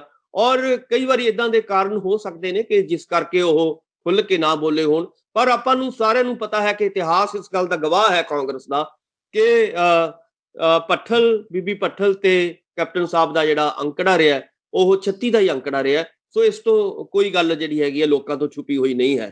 ਜੀ ਸੁਖਿੰਦਰ ਜੀ, ਤੁਹਾਨੂੰ ਲੱਗਦਾ ਕਿ ਹੁਣ ਜਿਹੜੀ ਹੈ ਕਿ ਰਜਿੰਦਰ ਕੌਰ ਭੱਠਲ ਹੁਣ ਆਪਣੀ ਜਿਹੜੀ ਹੈ ਉਹਦੇ ਵਿੱਚੋਂ ਸਿਆਸਤ ਦੇ ਵਿੱਚ ਜਿਸ ਤਰੀਕੇ ਨਾਲ ਤੁਸੀਂ ਕਿਹਾ ਕਿ ਤੁਸੀਂ ਘਟਾ ਚੁੱਕੇ ਨੇ, ਤੁਹਾਨੂੰ ਲੱਗਦਾ ਕਿ ਹੁਣ ਉਹ ਵਿਧਾਨ ਸਭਾ ਚੋਣਾਂ ਦੇ ਵਿੱਚ ਆਪਣੇ ਬੇਟੇ ਨੂੰ ਜਾਂ ਫਿਰ ਆਪ ਅੱਗੇ ਆਉਣਗੇ? ਤੁਹਾਨੂੰ ਲੱਗਦਾ ਕਿ ਜਿਸ ਤਰੀਕੇ ਨਾਲ ਜਵਾਈ ਨੂੰ ਵੀ ਜਿਹੜੀ ਉਹਨਾਂ ਦੇ ਵੱਲੋਂ ਟਿਕਟ ਦਵਾਈ ਗਈ ਸੀਗੀ, ਤੇ ਹੁਣ ਆਪ ਉਹ ਪਿੱਛੇ ਰਹਿਣਾ ਚਾਹੁੰਦੇ? ਬਿਲਕੁਲ, ਹੁਣ ਇੱਥੋਂ ਇਹੀ ਲੱਗ ਰਿਹਾ ਕਿ ਆਪ ਉਹ ਪਿੱਛੇ ਰਹਿ ਕੇ ਦੂਸਰੀ ਜਿਹੜੀ ਅਗਲੀਆਂ ਪੀੜ੍ਹੀਆਂ ਨੇ ਉਹਨਾਂ ਨੂੰ ਅੱਗੇ ਕਰਨਾ ਚਾਹੁੰਦੇ ਨੇ ਔਰ ਉਹਨਾਂ ਦੇ ਉੱਤੇ ਸਾਰਾ ਕੁਝ ਛੱਡਣਾ ਚਾਹੁੰਦੇ ਨੇ। ਸੋ ਇਸ ਕਰਕੇ ਰਜਿੰਦਰ ਕੌਰ ਭੱਠਲ ਹੋਰਾਂ ਦਾ ਜੋ ਬਿਆਨ ਹੈ ਕੱਲ ਦਾ, ਉੱਥੋਂ ਸਾਫ਼ ਜ਼ਾਹਿਰ ਹੈ ਕਿ ਰਜਿੰਦਰ ਕੌਰ ਭੱਠਲ ਹੋਰੀ ਕੋਈ ਬਹੁਤਾ ਖਾਸ ਤੌਰ ਤੇ ਕੈਪਟਨ ਸਾਹਿਬ ਨਾਲ ਉਸ ਕਿਸਮ ਦੀ ਜਿਹੜੀ ਹੈਗੀ ਹੈ ਸਿਰਦਰਦੀ ਨਹੀਂ ਲੈਣਾ ਚਾਹੁੰਦੇ ਉਹ, ਜਾਂ ਇਦਾਂ ਦੀ ਕੋਈ ਲੜਾਈ ਨਹੀਂ ਲੜਨਾ ਚਾਹੁੰਦੇ। ਜਿਵੇਂ ਉਹਨਾਂ ਨੇ ਕਿਹਾ ਕਿ ਪਾਣੀਪਤ ਦੀਆਂ ਲੜਾਈਆਂ ਉਹਨਾਂ ਨੇ ਪਹਿਲਾਂ ਵੀ ਬਥੇਰੀਆਂ ਲੜੀਆਂ ਨੇ, ਹੁਣ ਉਹ ਜਿਹੜਾ ਹੈਗਾ ਸ਼ਾਂਤੀ ਨਾਲ ਜ਼ਿੰਦਗੀ ਜੀਣਾ ਚਾਹੁੰਦੇ ਨੇ ਔਰ ਅਗਲੀਆਂ ਪੀੜ੍ਹੀਆਂ ਦੇ ਉੱਤੇ ਸਾਰਾ ਆਪਣਾ ਕਾਰੋਬਾਰ ਜਿਹੜਾ ਹੈਗਾ ਉਹ ਛੱਡਣਾ ਚਾਹੁੰਦੇ ਨੇ। ਸੋ ਉਮੀਦ ਕੀਤੀ ਜਾਣੀ ਚਾਹੀਦੀ ਹੈ ਉਹਨਾਂ ਦੀ ਸਿਹਤ ਚਾਬੀ ਲਈ, ਉਹਨਾਂ ਦੀ ਚੰਗੀ ਸਿਹਤ ਲਈ ਆਪਾਂ ਦੁਆਈ ਕਰ ਸਕਦੇ ਹਾਂ ਆਉਣ ਵਾਲੇ ਸਮੇਂ ਦੇ ਵਿੱਚ। ਜੀ ਸੁਖਵਿੰਦਰ, ਜੇਕਰ ਅਗਲੀ ਖਬਰ ਦੀ ਆਪਾਂ ਗੱਲਬਾਤ ਕਰੀਏ, ਪਹਿਲਾਂ ਕੈਪਟਨ ਅਮਰਿੰਦਰ ਸਿੰਘ ਤੇ ਨਵਜੋਤ ਸਿੰਘ ਸਿੱਧੂ ਜਿਹੜੇ ਆਪਸ ਦੇ ਵਿੱਚ ਉਲਝਦੇ ਦਿਖਾਈ ਦਿੰਦੇ ਸੀ, ਤੇ ਹੁਣ ਤਾਂ ਉਹਨਾਂ ਦੀਆਂ ਪਤਨੀਆਂ ਵੀ ਜਿਹੜੀਆਂ ਉਲਝਾਈਆਂ। ਪਹਿਲਾਂ ਵਾਰ ਕੀਤਾ ਮਹਾਰਾਣੀ ਪ੍ਰਨੀਤ ਕੌਰ ਦੇ ਵੱਲੋਂ ਨਵਜੋਤ ਸਿੰਘ ਸਿੱਧੂ ਤੇ ਉਹਦਾ ਪਲਟਵਾਰ ਕੀਤਾ ਗਿਆ ਨਵਜੋਤ ਸਿੰਘ ਸਿੱਧੂ ਦੀ ਵਾਈਫ ਜਿਹੜੇ ਆ ਨਵਜੋਤ ਕੌਰ ਸਿੱਧੂ ਦੇ ਵੱਲੋਂ। ਕਿਵੇਂ ਦੇਖਦੇ, ਕੀ ਗੱਲਬਾਤ ਹੋਈ ਸੀ, ਕੀ ਕੁਝ ਇਹਨਾਂ ਦੋਨਾਂ ਦੇ ਇੱਕ ਦੂਜੇ ਦੇ ਪ੍ਰਤੀ ਬਿਆਨ ਆਏ? ਸੁਖਵਿੰਦਰ ਜੀ, ਜਦੋਂ ਮਹਾਰਾਣੀ ਪ੍ਰਨੀਤ ਕੌਰ ਜੀ ਜਾ ਰਹੇ ਸੀਗੇ 3 ਮੈਂਬਰੀ ਕਮੇਟੀ ਦੇ ਅੱਗੇ ਪੇਸ਼ ਹੋਣ ਲਈ, ਤਾਂ ਉਹਨਾਂ ਨੂੰ ਪੱਤਰਕਾਰਾਂ ਨੇ ਸਵਾਲ ਪੁੱਛਿਆ ਕਿ ਤੁਸੀਂ ਕਿਵੇਂ ਦੇਖਦੇ ਹੋ, ਖਾਸ ਤੌਰ ਤੇ ਨਵਜੋਤ ਸਿੰਘ ਸਿੱਧੂ ਬਾਰੇ ਜਦੋਂ ਉਹਨਾਂ ਨਾਲ ਗੱਲ ਕੀਤੀ ਗਈ ਤਾਂ ਉਹਨਾਂ ਨੇ ਇਹੀ ਗੱਲ ਕਹੀ ਕਿ ਨਵਜੋਤ ਸਿੰਘ ਸਿੱਧੂ ਨੂੰ ਆਪਣੇ ਇਲਾਕੇ 'ਚ ਜਾ ਕੇ, ਇਸ ਵੇਲੇ ਕੋਵਿਡ ਦੀ ਮਹਾਮਾਰੀ ਫੈਲ ਚੁੱਕੀ ਹੈ ਔਰ ਆਪਾਂ ਨੂੰ ਵੀ ਪਤਾ ਹੈ ਕਿ ਉਹਨਾਂ ਨੇ ਕਿਹਾ ਕਿ ਬਹੁਤ ਜ਼ਿਆਦਾ ਨੁਕਸਾਨ ਪੰਜਾਬ ਦਾ ਹੋਇਆ ਹੈ, ਔਰ ਉਹਨਾਂ ਨੂੰ ਨਵਜੋਤ ਸਿੰਘ ਸਿੱਧੂ ਨੂੰ ਆਪਣੇ ਇਲਾਕੇ 'ਚ ਜਾ ਕੇ ਲੋਕਾਂ ਦੀ ਔਰ ਪੰਜਾਬ ਦੇ ਭਲੇ ਦੇ ਲਈ ਕੰਮ ਕਰਨਾ ਚਾਹੀਦਾ। ਸੋ ਇਦਾਂ ਦਾ ਬਿਆਨ ਉਹਨਾਂ ਨੇ ਦਿੱਤਾ ਸੀਗਾ। ਪਰ ਮੈਨੂੰ ਲੱਗਦਾ ਹੈ ਕਿ ਨਵਜੋਤ ਕੌਰ ਸਿੱਧੂ ਹੋਰਾਂ ਨੇ ਜਦੋਂ ਉਹਨਾਂ ਨੇ ਬਿਆਨ ਸੁਣਿਆ ਹੋਏਗਾ ਤਾਂ ਲਾਜ਼ਮੀ ਤੌਰ ਤੇ ਉਹਨਾਂ ਦੇ ਮਨ ਦੇ ਵਿੱਚ ਸਵਾਲ ਜਿਹੜੇ ਸੀਗੇ ਉੱਠਣੇ ਜ਼ਰੂਰੀ ਸੀਗੇ। ਤਾਂ ਉਹਨਾਂ ਨੇ ਵੀ ਇਹੀ ਗੱਲ ਕਹੀ ਹੈ ਕਿ 4.5 ਸਾਲ ਹੋ ਗਏ ਕੈਪਟਨ ਸਾਹਿਬ ਪੰਜਾਬ ਦੇ ਵਿੱਚ ਬੜੇ ਨਹੀਂ ਹੈਗੇ। ਪਹਿਲੀ ਗੱਲ ਤਾਂ ਉਹਨਾਂ ਨੂੰ ਵੀ ਪੰਜਾਬ ਦੇ ਵਿੱਚ ਆਉਣਾ ਚਾਹੀਦਾ, ਪੰਜਾਬ ਦੇ ਲੋਕਾਂ ਦੀ ਸਾਰ ਲੈਣੀ ਚਾਹੀਦੀ ਹੈ। ਪੰਜਾਬ ਇਸ ਵੇਲੇ ਵੱਡੇ ਸੰਕਟਾਂ ਚੋਂ ਗੁਜ਼ਰ ਰਿਹਾ ਹੈ, ਉਹਨਾਂ ਨੂੰ ਵੀ ਜਿਹੜਾ ਹੈਗਾ ਆਪਣਾ ਫਾਰਮ ਹਾਊਸ ਛੱਡ ਕੇ ਜਿਹੜਾ ਹੈਗਾ ਥੱਲੇ ਆਉਣਾ ਚਾਹੀਦਾ ਹੈ ਪਹਾੜਾਂ ਤੋਂ। ਸੋ ਦੂਸਰੀ ਗੱਲ ਉਹਨਾਂ ਨੇ ਇਹ ਵੀ ਗੱਲ ਕਹੀ ਹੈ ਕਿ ਨਵਜੋਤ ਸਿੰਘ ਸਿੱਧੂ ਹੋਰੀ ਢਿੱਲੇ ਰਹੇ ਨੇ, ਬੇਸ਼ੱਕ ਢਿੱਲੇ ਰਹੇ ਨੇ, ਬੇਸ਼ੱਕ ਉਹ ਕਾਫੀ ਹਾਂ। ਸੋ ਇਸ ਕਰਕੇ ਉਹਨਾਂ ਨੇ ਕਿਹਾ ਕਿ ਇਹਦੇ ਬਾਵਜੂਦ ਵੀ ਉਹ ਆਪਣੇ ਇਲਾਕੇ ਨੂੰ ਨਹੀਂ ਛੱਡ ਰਹੇ, ਕਦੇ ਵੀ ਲੋਕਾਂ ਨੂੰ, ਪੰਜਾਬ ਦੇ ਖਾਸ ਤੌਰ ਤੇ ਆਪਣੇ ਇਲਾਕੇ ਦੇ ਲੋਕਾਂ ਨੂੰ ਉਹ ਵਿਚਕਾਰ ਛੱਡ ਕੇ ਨਹੀਂ ਜਾਣਗੇ। ਸੋ ਇਸ ਤਰ੍ਹਾਂ ਦੀਆਂ ਗੱਲਾਂ ਉਹਨਾਂ ਨੇ ਕੀਤੀਆਂ ਨੇ। ਸੋ ਚੰਗੀ ਗੱਲ ਹੈ, ਬਹੁਤ ਅੱਛਾ ਜਵਾਬ ਜਿਹੜਾ ਹੈਗਾ ਨਵਜੋਤ ਕੌਰ ਸਿੱਧੂ ਹੋਰਾਂ ਨੇ ਦਿੱਤਾ ਹੈ ਔਰ ਇਹਦੇ ਨਾਲ ਮੈਨੂੰ ਲੱਗਦਾ ਹੈ ਕਿ ਉਹਨਾਂ ਨੂੰ ਪਤਾ ਲੱਗ ਗਿਆ। ਕੱਲ ਜਿਹੜੀ ਬਿਆਨ ਆ ਰਿਹਾ ਸੀ ਨਾ, ਉੱਥੋਂ ਪ੍ਰਨੀਤ ਕੌਰ ਜੀ ਕਾਫੀ ਡਰੇ ਹੋਏ ਨਜ਼ਰ ਆ ਰਹੇ ਸੀਗੇ, ਕਾਫੀ ਘਬਰਾਏ ਹੋਏ ਨਜ਼ਰ ਆ ਰਹੇ ਸੀਗੇ ਔਰ ਉਹਨਾਂ ਨੂੰ ਇਹ ਲੱਗ ਰਿਹਾ ਸੀਗਾ ਕਿ ਸ਼ਾਇਦ ਹੁਣ ਆਉਣ ਵਾਲੇ ਦਿਨਾਂ ਦੇ ਵਿੱਚ ਕੈਪਟਨ ਸਾਹਿਬ ਦੇ ਜਿਹੜਾ ਕਿਤੇ ਨਾ ਕਿਤੇ ਉਹਨਾਂ ਦਾ ਚਿਹਰਾ ਦੱਸ ਰਿਹਾ ਸੀ, ਬਾਡੀ ਲੈਂਗੁਏਜ ਦੱਸ ਰਿਹਾ ਸੀਗਾ ਕਿ ਕੈਪਟਨ ਸਾਹਿਬ ਦਾ ਜਿਹੜਾ ਹੁਣ ਸਮਾਂ ਹੈ ਉਹ ਲਗਭਗ ਹੁਣ ਸਮਾਪਤ ਹੋਣ ਦੇ ਕਿਨਾਰੇ ਤੇ ਜਾ ਰਿਹਾ ਹੈ। ਸੋ ਉਸ ਤਰ੍ਹਾਂ ਦੀ ਜਿਹੜੀ ਗੱਲਬਾਤ ਨਜ਼ਰ ਆ ਰਹੀ ਸੀਗੀ ਪ੍ਰਨੀਤ ਕੌਰ ਦੀਆਂ ਦੇ ਬਾਡੀ ਲੈਂਗੁਏਜ ਦੇ ਵਿੱਚ। ਇਸੇ ਕਰਕੇ ਉਹਨਾਂ ਨੇ ਸਿੱਧਾ ਜਿਹੜਾ ਨਿਸ਼ਾਨਾ ਲੱਗਦਾ ਹੈ ਕਿ ਕੈਪਟਨ ਤੇ ਸਿੱਧੂ ਪਰਿਵਾਰ ਦੇ ਵਿਚਕਾਰ ਜਿਹੜੀ ਲੜਾਈ ਸੀ, ਪਹਿਲਾਂ ਤਾਂ ਵਿਚਾਰਕ ਮਤਭੇਦਾਂ ਦੀ ਮੰਨੀ ਜਾ ਰਹੀ ਸੀ, ਪਰ ਹੁਣ ਜਿਸ ਤਰੀਕੇ ਨਾਲ ਪਰਿਵਾਰ ਦੇ ਵਿੱਚ ਵੜ ਗਈ ਇਹ ਲੜਾਈ, ਤਾਂ ਹੁਣ ਪਰਿਵਾਰਕ ਲੜਾਈ ਵੀ ਮੰਨੀ ਜਾ ਸਕਦੀ। ਬਿਲਕੁਲ, ਦੇਖੋ ਵਿਚਾਰਾਂ ਤੋਂ ਹੀ ਗੱਲਾਂ ਸ਼ੁਰੂ ਹੁੰਦੀਆਂ ਨੇ, ਵਿਚਾਰਾਂ ਤੋਂ ਵਿਚਾਰਧਾਰਾ ਬਣਦੀ ਹੈ, ਵਿਚਾਰਧਾਰਾ ਤੋਂ ਅੱਗੇ ਜਿਹੜੀ ਹੈਗੀ ਹੈ ਫਿਲਾਸਫੀ ਬਣਦੀ ਹੈ। ਸੋ ਇਸ ਕਰਕੇ ਇਹ ਸਾਰੀਆਂ ਚੀਜ਼ਾਂ ਵਿਚਾਰਧਾਰਕ ਲੜਾਈਆਂ ਹੀ ਸੀਗੀਆਂ ਸ਼ੁਰੂ ਤੋਂ ਲੈ ਕੇ ਹੁਣ ਤੱਕ। ਹੌਲੀ ਹੌਲੀ ਵਿਚਾਰਾਂ ਤੋਂ ਸ਼ੁਰੂ ਹੋ ਕੇ ਵਿਚਾਰਧਾਰਕ ਲੜਾਈ ਬਣ ਗਈ, ਔਰ ਹੁਣ ਕਿਉਂਕਿ ਇਸ ਵੇਲੇ ਸਮਾਂ ਆ ਗਿਆ, ਇਲੈਕਸ਼ਨਾਂ ਆ ਗਈਆਂ ਨੇੜੇ, ਸੋ ਇਸ ਕਰਕੇ ਇਹ ਸਾਰੀਆਂ ਚੀਜ਼ਾਂ ਪਰਿਵਾਰ ਤੱਕ ਜਾਣਗੀਆਂ ਔਰ ਆਉਣ ਵਾਲੇ ਸਮੇਂ ਦੇ ਵਿੱਚ ਇਹ ਪਾੜਾ ਹੋਰ ਵਧੇਗਾ। ਔਰ ਜਿਵੇਂ ਜਿਵੇਂ ਇਲੈਕਸ਼ਨਾਂ ਨੇੜੇ ਆਉਂਦੇ ਜਾਣਗੀਆਂ, ਕਾਂਗਰਸ ਦੇ ਵਿੱਚ ਜਿਹੜਾ ਪਾੜ ਹੈ ਵਿਚਾਰਧਾਰਾ ਦੀਆਂ ਜਿਹੜੀਆਂ ਸਮੱਸਿਆਵਾਂ ਨੇ ਇਹ ਵੱਧਦੀਆਂ ਤੁਹਾਨੂੰ ਨਜ਼ਰ ਆਉਣਗੀਆਂ, ਔਰ ਕਈ ਗਰੁੱਪ ਜਿਹੜੇ ਨੇ ਇਹਦੇ ਵਿੱਚ ਨਜ਼ਰ ਆਉਣਗੇ, ਔਰ ਇੱਕ ਦੂਜੇ ਦੇ ਉੱਤੇ ਜਿਹੜੇ ਦੋਸ਼ ਜਿਹੜੇ ਨੇ ਉਹ ਲੱਗਦੇ ਨਜ਼ਰ ਆਉਣਗੇ। ਸੁਖਵਿੰਦਰ ਜੀ ਸਰ, ਜੇਕਰ ਆਪਾਂ ਗੱਲ ਆਖਰੀ ਖਬਰ ਦੀ ਕਰੀਏ ਤਾਂ ਸੁਖਪਾਲ ਸਿੰਘ ਖਹਿਰਾ ਦੀ ਜਿਹੜੀ ਵਾਪਸੀ ਕਹਿੰਦੇ ਕਿ ਕਾਂਗਰਸ ਦੇ ਵਿੱਚ ਤੈਅ ਮੰਨੀ ਜਾ ਰਹੀ ਹੈ, ਤਾਂ ਉੱਥੇ ਹੀ ਨਾਲ ਇਹ ਵੀ ਖਬਰਾਂ ਨੇ ਕਿ ਇਸ ਵਾਪਸੀ ਤੋਂ ਜਿਹੜੇ ਉੱਥੋਂ ਦੇ ਨਾਰਾਜ਼ ਨੇ, ਭਰੱਥ ਤੋਂ ਜਿਹੜੇ ਇੰਚਾਰਜ ਲਾਏ ਹੋਏ ਨੇ ਕਾਂਗਰਸ ਦੇ ਅਮਨਦੀਪ ਸਿੰਘ ਗੋਰਾਗਲ, ਉਹ ਵਾਪਸੀ ਤੋਂ ਥੋੜਾ ਜਿਹਾ ਇਤਰਾਜ਼ ਜਤਾ ਰਹੇ ਨੇ। ਉਹ ਕਹਿ ਰਹੇ ਨੇ ਕਿ ਇਹਨਾਂ ਦੇ ਕਰਕੇ ਪਾਰਟੀ ਦੇ ਅੰਦਰ ਕਾਫੀ ਨੁਕਸਾਨ ਹੋਇਆ। ਜਿਹੜੇ ਸੀਨੀਅਰ ਲੀਡਰ ਰਾਣਾ ਗੁਰਜੀਤ ਸਿੰਘ ਮੰਤਰੀ ਨੇ, ਜਿਹੜੇ ਉਹਨਾਂ ਮੰਤਰੀ ਸੀਗੇ ਜਿਹੜੇ, ਉਹਨਾਂ ਨੂੰ ਵੀ ਮੰਤਰੀਸ਼ਿਪ ਤੋਂ ਹੱਥ ਧੋਣੇ ਪਏ। ਤੇ ਇਹ ਵੀ ਗੱਲ ਕਹੀ ਜਾ ਰਹੀ ਹੈ ਕਿ ਪਹਿਲਾਂ ਅੱਜ ਜਿਹੜੀ ਵਾਪਸੀ ਹੋਣੀ ਸੀ ਸੁਖਪਾਲ ਸਿੰਘ ਖਹਿਰਾ ਦੀ, ਤੇ ਕੈਪਟਨ ਅਮਰਿੰਦਰ ਸਿੰਘ ਜਿਹੜੇ ਹੈ ਉਹ ਦਿੱਲੀ ਹੋਣ ਦੇ ਕਾਰਨ, ਹਰੀਸ਼ ਰਾਵਤ ਦਿੱਲੀ ਹੋਣ ਦੇ ਕਾਰਨ ਜਿਹੜੇ ਅੱਜ ਵਾਪਸੀ ਨਹੀਂ ਹੋ ਸਕਦੀ। ਪਰ ਵਾਪਸੀ ਤੈਅ ਕਿਵੇਂ ਦੇਖਦੇ ਹੋ ਕਿ ਇੱਕ ਪਾਸੇ ਇਹ ਵੀ ਗੱਲਾਂ ਮੰਨੀਆਂ ਜਾ ਰਹੀਆਂ ਨੇ ਕਿ ਜੇਕਰ ਸੁਖਪਾਲ ਸਿੰਘ ਖਹਿਰਾ ਆਉਂਦੇ ਨੇ ਕਾਂਗਰਸ ਦੇ ਵਿੱਚ ਤਾਂ ਥੋੜਾ ਬਹੁਤਾ ਉਹਨਾਂ ਨੂੰ ਹੋ ਸਕਦਾ ਕਿ ਲਾਭ ਮਿਲੇ, ਪਰ ਸੁਖਪਾਲ ਸਿੰਘ ਖਹਿਰਾ ਦੀ ਨਿੱਜੀ ਸ਼ਖਸੀਅਤ ਦੀ ਜੇਕਰ ਗੱਲ ਕਰੀਏ ਤਾਂ ਉਹਨੂੰ ਕਿੰਨਾ ਕੁ ਜਿਹੜਾ ਹੁੰਗਾਰਾ ਲੋਕਾਂ ਦਾ ਮਿਲੂਗਾ ਜਾਂ ਫਿਰ ਨੁਕਸਾਨ ਲੋਕਾਂ ਦਾ ਹੋਊਗਾ। ਤੇ ਨਾਲ ਜਿਸ ਤਰੀਕੇ ਦੇ ਨਾਲ ਕਾਂਗਰਸ ਪਾਰਟੀ ਦੇ ਅੰਦਰ ਸੁਖਪਾਲ ਖਹਿਰਾ ਦੀ ਵਿਰੋਧਤਾ ਹੋ ਰਹੀ ਹੈ ਸ਼ਾਮਿਲ ਕਰਾਉਣ ਨੂੰ ਲੈ ਕੇ, ਉਹਦਾ ਪਾਰਟੀ ਨੂੰ ਕਿੰਨਾ ਕੁ ਨੁਕਸਾਨ ਹੋਊਗਾ। ਸੁਖਵਿੰਦਰ ਜੀ, ਜੇ ਆਪਾਂ ਅੱਜ ਗੱਲ ਕਰ ਰਹੇ ਹਾਂ ਕਿ ਕਾਂਗਰਸ ਪਾਰਟੀ ਦਾ ਅਜੇ ਹਾਲ ਹੋ ਚੁੱਕਿਆ ਔਰ ਉਹਦੇ ਵਿੱਚ ਵੱਖ-ਵੱਖ ਧੜੇ ਬੰਦੀਆਂ ਦੇ ਵਿੱਚ ਵੰਡੀ ਗਈ ਆ ਕਾਂਗਰਸ, ਤਾਂ ਲਾਜ਼ਮੀ ਤੌਰ ਤੇ ਇਸ ਨੂੰ ਇੱਥੋਂ ਤੱਕ ਪਹੁੰਚਾਉਣ ਦੇ ਵਿੱਚ ਸੁਖਪਾਲ ਸਿੰਘ ਖਹਿਰਾ ਦਾ ਬੜਾ ਵੱਡਾ ਰੋਲ ਹੈ। ਤੁਸੀਂ ਸ਼ੁਰੂ ਤੋਂ ਲੈ ਕੇ ਅੱਜ ਤੋਂ 4.5 ਸਾਲ ਪਹਿਲਾਂ 17 ਤੋਂ ਲੈ ਕੇ ਆਪਾਂ 21 ਤੱਕ ਜੇ ਗੱਲ ਕਰੀਏ ਤਾਂ ਉਹਦੇ ਵਿੱਚ ਜੋ ਸੁਖਪਾਲ ਸਿੰਘ ਦਾ ਰੋਲ ਰਿਹਾ ਹੈ, ਖਾਸ ਤੌਰ ਤੇ ਕੈਪਟਨ ਸਾਹਿਬ ਜਾਂ ਕਾਂਗਰਸ ਨੂੰ ਢਾਹ ਲਾਉਣ ਦੇ ਵਿੱਚ ਬਹੁਤ ਵੱਡਾ ਰੋਲ ਰਿਹਾ ਹੈ। ਜਿਵੇਂ ਤੁਸੀਂ ਵੀ ਇਸ਼ਾਰਾ ਕੀਤਾ ਹੈ ਕਿ ਇੱਕ ਮੰਤਰੀ ਨੂੰ ਆਪਣੇ ਅਹੁਦੇ ਤੋਂ ਹਟਵਾਉਣਾ, ਔਰ ਉਸ ਵੇਲੇ ਤਾਂ ਮੈਨੂੰ ਲੱਗਦਾ ਕਿ ਪੂਰੀ ਚੜ੍ਹਾਈ ਸੀਗੀ ਕੈਪਟਨ ਸਾਹਿਬ ਦੀ ਔਰ ਕਾਂਗਰਸ ਸਰਕਾਰ ਦੀ। ਪੂਰੇ ਲੋਕ ਜਿਹੜੇ ਸੀਗੇ ਹਜੇ ਤਾਜ਼ੀ ਬਣੀ ਹੋਈ ਸੀਗੀ, ਉਸ ਵੇਲੇ ਵੀ ਜਿਹੜਾ ਹੈਗਾ ਵੱਡੀ ਢਾਹ ਲਾਈ ਗਈ। ਸੁਖਪਾਲ ਸਿੰਘ ਖਹਿਰਾ ਹੋਰਾਂ ਨੇ ਵੱਡੇ ਮੁੱਦੇ ਜਿਹੜੇ ਸੀਗੇ ਚੁੱਕੇ। ਉਸ ਤੋਂ ਬਾਅਦ ਉਹਨਾਂ ਨੇ ਜਦੋਂ ਆਮ ਆਦਮੀ ਪਾਰਟੀ 'ਚ ਉਹਨਾਂ ਨੂੰ LOP ਬਣਾਇਆ ਗਿਆ ਤਾਂ ਲਾਜ਼ਮੀ ਤੌਰ ਤੇ ਉਹਨਾਂ ਨੇ ਜੋ ਆਪਣਾ ਫਰਜ਼ ਬਹੁਤ ਵਧੀਆ ਤਰੀਕੇ ਨਾਲ ਨਿਭਾਇਆ। ਪਰ ਜਿਹੜੀ ਗੱਲ ਉਹਨਾਂ ਦੀ ਘਾਟ ਰਹੀ ਉਹ ਸੀਗੀ ਅਨੁਸ਼ਾਸਨ ਦੀ, ਔਰ ਅਨੁਸ਼ਾਸਨ ਉਹਨਾਂ ਨੇ ਇਸ ਲਈ ਉਹਨਾਂ ਨੇ ਇਹ ਗੱਲ ਕਹੀ ਕਿ ਮੈਂ ਜਿਹੜੀ ਜਿਸ ਪਾਰਟੀ ਨੂੰ ਉੱਪਰੋਂ ਕੋਈ ਆਰਡਰ ਆਉਂਦਾ ਹੈ, ਜਿਹੜੀ ਪਾਰਟੀ ਖੁਦ ਮੁਖਤਿਆਰ ਨਹੀਂ ਹੁੰਦੀ, ਜਿਹੜੀ ਪਾਰਟੀ ਨੂੰ ਦਿੱਲੀ ਤੋਂ ਕੋਈ ਇਸ਼ਾਰੇ ਮਿਲਦੇ ਨੇ, ਮੈਂ ਉਸ ਪਾਰਟੀ ਦੇ ਵਿੱਚ ਰਹਿ ਕੇ ਰਾਜ਼ੀ ਨਹੀਂ ਹਾਂ।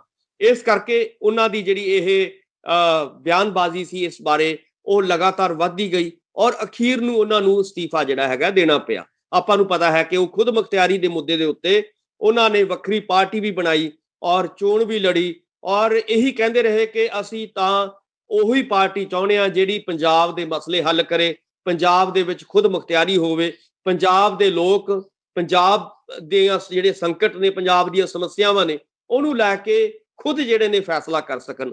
ਹੁਣ ਅੱਜ ਜਦੋਂ ਇਸ ਵੇਲੇ ਗੱਲਾਂ ਹੋ ਰਹੀਆਂ ਨੇ ਸੁਖਪਾਲ ਸਿੰਘ ਖਹਿਰਾ ਦੀਆਂ ਕਾਂਗਰਸ ਵੱਲ ਜਾਣ ਦੀਆਂ, ਜਦੋਂ ਸਾਰੀ ਜਿਹੜੀ ਕੈਬਨਿਟ ਹੈ, ਸਾਰੇ ਵਿਧਾਇਕ ਨੇ, ਉਹ ਅੱਜ ਦਿੱਲੀ ਦੀ ਹਾਈ ਕਮਾਂਡ ਦੇ ਕੋਲ ਪੇਸ਼ੀ ਜਿਹੜੀ ਹੈਗੀ ਭੁਗਤ ਰਹੇ ਨੇ, ਉਸ ਦੌਰ ਦੇ ਵਿੱਚ ਜਦੋਂ ਹੋ ਰਹੀ ਹੈ, ਇਹਦਾ ਮਤਲਬ ਇਹ ਸਿੱਧੀ ਜੀ ਗੱਲ ਹੈ ਕਿ ਪਾਰਟੀ ਜਿਹੜੀ ਹੈਗੀ ਹੈ ਕਾਂਗਰਸ ਪਾਰਟੀ ਜਿੱਥੋਂ ਆਏ ਸੀਗੇ, ਇਹ ਇਸ ਲਈ ਆਏ ਸੀਗੇ ਕਿ ਇਹ ਖੁਦ ਮੁਖਤਿਆਰ ਨਹੀਂ ਹੈ, ਉਦੋਂ ਉਹਨਾਂ ਨੂੰ ਲੱਗਦਾ ਸੀਗਾ ਕਿ ਇਹ ਪਾਰਟੀ ਜਿਹੜੀ ਕਾਂਗਰਸ ਦੀ ਪਾਰਟੀ ਹੈ ਇਹ ਖੁਦ ਮੁਖਤਿਆਰ ਨਹੀਂ ਹੈ, ਇਹਦੀ ਵਾਗਡੋਰ ਦਿੱਲੀ ਤੋਂ ਚੱਲਦੀ ਹੈ। ਇਸੇ ਕਰਕੇ ਆਮ ਆਦਮੀ ਪਾਰਟੀ ਵੀ ਉਹਨਾਂ ਨੂੰ ਲੱਗਦਾ ਸੀਗਾ ਕਿ ਇਹਦੀ ਵਾਗਡੋਰ ਜਿਹੜੀ ਹੈਗੀ ਹੈ ਕੇਜਰੀਵਾਲ ਦੇ ਹੱਥਾਂ 'ਚ ਹੈ ਜਾਂ ਦਿੱਲੀ ਤੋਂ ਚੱਲ ਰਹੀ ਹੈ। ਸੋ ਕਹਿਣ ਦਾ ਮਤਲਬ ਹੈ ਕਿ ਫਰਕ ਕੀ ਪਿਆ, ਉਹ ਹੁਣ ਕਿਸ ਪਾਰਟੀ ਦੇ ਵਿੱਚ ਜਾਣਾ ਚਾਹੁੰਦੇ ਸੀ ਜਾਂ ਕਿਸ 'ਚ ਨਹੀਂ ਜਾਣਾ ਚਾਹੁੰਦੇ, ਇਹ ਗੱਲ ਉਹਨਾਂ ਦੇ ਉੱਤੇ ਨਿਰਭਰ ਕਰਦੀ ਹੈ। ਪਰ ਜਿਵੇਂ ਉਹ ਕਾਂਗਰਸ ਦੀ ਤਿਆਰੀ ਕਰੀ ਬੈਠੇ ਨੇ, ਕਾਂਗਰਸ ਜਾਣ ਦੀ ਔਰ ਘਰ ਵਾਪਸੀ ਦੀ ਤਿਆਰੀ ਜੇ ਉਹਨਾਂ ਨੇ ਕੀਤੀ ਹੈ, ਤਾਂ ਲਾਜ਼ਮੀ ਤੌਰ ਤੇ ਦੇਖੋ ਜਿਵੇਂ ਕਾਂਗਰਸ ਦੇ ਵਿੱਚੋਂ ਵੀ ਸਵਾਲ ਉੱਠਣਗੇ ਔਰ ਪੰਜਾਬ ਦੇ ਲੋਕ ਵੀ ਉਹਨਾਂ ਨੂੰ ਸਵਾਲ ਪੁੱਛਣਗੇ ਕਿ ਹੁਣ ਤੁਸੀਂ ਜਿਹੜੀ ਪਾਰਟੀ ਚੁਣੀ ਹੈ ਕੀ ਇਹ ਸੱਚੀ ਮੁੱਚੀ ਖੁਦ ਮੁਖਤਿਆਰ ਪਾਰਟੀ ਹੈ ਜਾਂ ਤੁਸੀਂ ਫੇਰ ਦੁਬਾਰਾ ਜਿਹੜਾ ਹੈਗਾ ਉਹੀ ਆਪਣੀ ਜਿਹੜੇ ਨੇ ਚੀਜ਼ਾਂ ਨੂੰ ਦੁਹਰਾ ਰਹੇ ਹੋ। ਸੋ ਇਹ ਜਿਹੜੇ ਗੋਰਾ ਜੀ ਜਿਹੜੇ ਸਵਾਲ ਪੁੱਛ ਰਹੇ ਨੇ ਬਿਲਕੁਲ ਜਾਇਜ਼ ਸਵਾਲ ਪੁੱਛ ਰਹੇ ਨੇ, ਔਰ ਇਕੱਲੇ ਗੋਰਾ ਜੀ ਨਹੀਂ, ਹੁਣ ਆਉਣ ਵਾਲੇ ਸਮੇਂ ਦੇ ਵਿੱਚ ਹਰ ਬੱਚਾ ਪੰਜਾਬ ਦਾ ਉਹਨਾਂ ਨੂੰ ਇਹੀ ਸਵਾਲ ਪੁੱਛੇਗਾ ਕਿ ਹੁਣ ਤੁਹਾਡੀ ਖੁਦ ਮੁਖਤਿਆਰੀ ਕਿੱਥੇ ਗਈ। ਹੁਣ ਤੁਸੀਂ ਦੱਸੋ ਵੀ ਜਿਹੜਾ ਰੌਲਾ ਇੰਨਾ ਪਾ ਕੇ ਤੁਸੀਂ ਇੱਕ ਪਾਰਟੀ ਦਾ ਆਪਣੀ ਵਜ਼ੀਰੀ ਛੱਡਤੀ ਸੀ, ਵਜ਼ੀਰੀ ਦੇ ਲੈਵਲ ਦਾ ਜਿਹੜਾ ਸੀਗਾ ਉਹ ਅਹੁਦਾ ਸੀਗਾ ਸੁਖਵਿੰਦਰ ਜੀ, LOP ਦਾ ਅਹੁਦਾ ਇੱਕ ਵਜ਼ੀਰ ਦੇ ਲੈਵਲ ਦਾ ਅਹੁਦਾ ਹੁੰਦਾ। ਸੋ ਜੇ ਉਹਨਾਂ ਨੇ ਇਸ ਮਸਲੇ ਦੇ ਉੱਤੇ ਆਪਣੀ ਉਸ ਅਹੁਦੇ ਨੂੰ ਦਾਅ ਤੇ ਲਾਤਾ ਸੀਗਾ, ਤਾਂ ਹੁਣ ਜਿਸ ਪਾਰਟੀ ਜਾ ਰਹੇ ਨੇ ਉਹ ਖੁਦ ਮੁਖਤਿਆਰ ਹੈ, ਕਿ ਉਹਦੀ ਬਾਗਡੋਰ ਪੰਜਾਬ ਦੀ ਜਿਹੜੀ ਹੈਗੀ ਆ ਪੰਜਾਬੀਆਂ ਕੋਲ ਹੈ।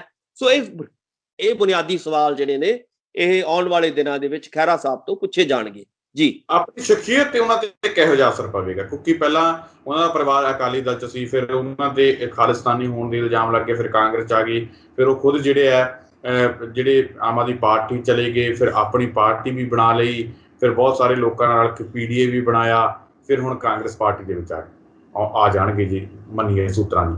ਤਾਂ ਕੀ ਲੱਗਦਾ ਕਿ ਆਪਣੀ ਸ਼ਖਸੀਅਤ ਤੇ ਉਹਨਾਂ ਦਾ ਲੋਕਾਂ ਦੇ ਵਿੱਚ ਕਿਹੋ ਜਿਹਾ ਪ੍ਰਭਾਵ ਪੈਣ ਵਾਲਾ?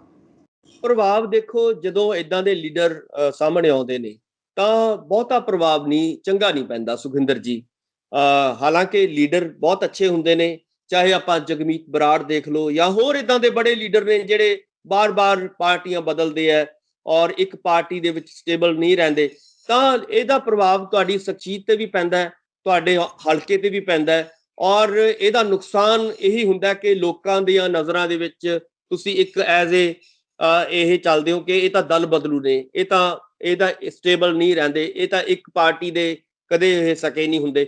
ਸੋ ਇਸ ਤਰ੍ਹਾਂ ਦੀਆਂ ਸੰਭਾਵਨਾਵਾਂ ਜਿਹੜੀਆਂ ਹੈਗੀਆਂ ਨੇ ਆਉਣ ਵਾਲੇ ਦਿਨਾਂ ਦੇ ਵਿੱਚ, ਜੇਕਰ ਉਹ ਦੂਸਰੀ ਪਾਰਟੀ ਜਾਂਦੇ ਨੇ ਤਾਂ ਖਹਿਰਾ ਸਾਹਿਬ ਦੇ ਉੱਤੇ ਵੀ ਇਦਾਂ ਦੇ ਸਵਾਲ ਜਿਹੜੇ ਨੇ ਉੱਠਣੇ ਲਾਜ਼ਮੀ ਨੇ, ਔਰ ਉਹਨਾਂ ਦੀ ਸ਼ਖਸੀਅਤ ਜਿਹੜੀ ਹੈਗੀ ਆ ਉਹਦੇ ਉੱਤੇ ਕਿਤੇ ਨਾ ਕਿਤੇ ਜਾ ਕੇ ਸਵਾਲੀਆ ਚਿੰਨ੍ਹ ਲੱਗ ਸਕਦੇ ਨੇ, ਔਰ ਇਹਦਾ ਨੁਕਸਾਨ ਉਹਨਾਂ ਨੂੰ ਆਪਣੀ ਜਿਹੜਾ ਪੋਲੀਟੀਕਲ ਕੈਰੀਅਰ ਹੈ ਉਹਨਾਂ ਦਾ ਉਹਦੇ ਉੱਤੇ ਕਾਫੀ ਵੱਡਾ ਨੁਕਸਾਨ ਹੋ ਸਕਦਾ। ਜੇ ਅੱਜ ਉਹ ਟਿਕੇ ਰਹਿੰਦੇ, ਅੱਜ ਲਾਜ਼ਮੀ ਤੌਰ ਤੇ ਇੱਕ ਵੱਡੇ ਨੇਤਾ ਦੇ ਤੌਰ ਤੇ ਉਹਨਾਂ ਨੇ ਉਭਰਨਾ ਸੀਗਾ ਆਮ ਆਦਮੀ ਪਾਰਟੀ ਦੇ ਵਿੱਚ, ਔਰ ਵੱਡੇ ਲੀਡਰ ਹੋ ਸਕਦੇ ਸੀਗੇ। ਇੱਥੋਂ ਤੱਕ ਕਿ ਕਈ ਲੋਕ ਤਾਂ ਇਹ ਵੀ ਕਹਿੰਦੇ ਨੇ ਕਿ ਅੱਜ ਉਹ ਮੁੱਖ ਮੰਤਰੀ ਦਾ ਚਿਹਰਾ ਵੀ ਹੁੰਦੇ ਆਮ ਆਦਮੀ ਪਾਰਟੀ ਦਾ। ਸੋ ਇਸ ਕਰਕੇ ਜਦੋਂ ਤੁਸੀਂ ਸਟੇਬਲ ਨਹੀਂ ਰਹਿੰਦੇ, ਜਦੋਂ ਤੁਸੀਂ ਅਨੁਸ਼ਾਸਨ ਦੇ ਵਿੱਚ ਪਸੰਦ ਨਹੀਂ ਕਰਦੇ ਰਹਿਣਾ, ਤਾਂ ਲਾਜ਼ਮੀ ਤੌਰ ਤੇ ਇਹਦਾ ਨੁਕਸਾਨ ਤੁਹਾਡੀ ਸ਼ਖਸੀਅਤ ਦੇ ਉੱਤੇ ਪੈਣਾ ਲਾਜ਼ਮੀ ਹੈ, ਔਰ ਸੁਖਪਾਲ ਖਹਿਰਾ ਦੇ ਉੱਤੇ ਵੀ ਪਏਗਾ, ਔਰ ਜਿਹੜੇ ਵੀ ਲੋਕ ਉਹਨਾਂ ਦੇ ਨਾਲ ਹੋਰ ਵੀ ਜਾਣਗੇ ਉਹਨਾਂ ਦੀਆਂ ਸ਼ਖਸੀਅਤਾਂ ਦੇ ਉੱਤੇ ਵੀ ਸਵਾਲੀਆ ਚਿੰਨ੍ਹ ਉੱਠਣ ਦੀਆਂ ਸੰਭਾਵਨਾਵਾਂ ਨਜ਼ਰ ਆਉਂਦੀਆਂ ਨੇ ਸੁਖਿੰਦਰ ਜੀ। ਡਾਕਟਰ ਸਾਹਿਬ ਜੀ, ਸਾਡੇ ਨਾਲ ਇਸ ਪ੍ਰੋਗਰਾਮ ਦੇ ਵਿੱਚ ਜੁੜੇ ਤੁਹਾਡਾ ਬਹੁਤ-ਬਹੁਤ ਧੰਨਵਾਦ। ਬਹੁਤ-ਬਹੁਤ ਸ਼ੁਕਰੀਆ, ਮਿਹਰਬਾਨੀ, ਧੰਨਵਾਦ। ਰਾਜਸਥਾਨ ਡਾਕਟਰ ਭੀਮਿੰਦਰ ਸਿੰਘ ਜੀ, ਜਿਨ੍ਹਾਂ ਦੇ ਵੱਲੋਂ ਇਸ ਪੂਰੇ ਮਸਲੇ ਦੇ ਉੱਪਰ ਸਾਡੇ ਨਾਲ ਗੱਲਬਾਤ ਕੀਤੀ ਗਈ, ਵਿਚਾਰ ਚਰਚਾ ਕੀਤੀ ਗਈ, ਤਮਾਮ ਖਬਰਾਂ ਤੇ ਜਿਹੜੀ ਵਿਸਤਾਰਪੂਰਵਕ ਸਾਡੇ ਨਾਲ ਜਾਣਕਾਰੀ ਸਾਂਝੀ ਕੀਤੀ ਗਈ। ਉਮੀਦ ਕਰਦੇ ਹਾਂ ਕਿ ਡਾਕਟਰ ਸਾਹਿਬ ਉਹਨਾਂ ਦੇ ਵਿਚਾਰ ਜਿਹੜੇ ਆ ਤੁਹਾਨੂੰ ਜ਼ਰੂਰ ਪਸੰਦ ਆਏ ਹੋਣਗੇ। ਦੁਬਾਰਾ ਫਿਰ ਮਿਲਾਂਗੇ ਇਸ ਪ੍ਰੋਗਰਾਮ ਵਿੱਚ, ਤਦ ਤੱਕ ਦੀ ਦਿਓ ਇਜਾਜ਼ਤ, ਧੰਨਵਾਦ।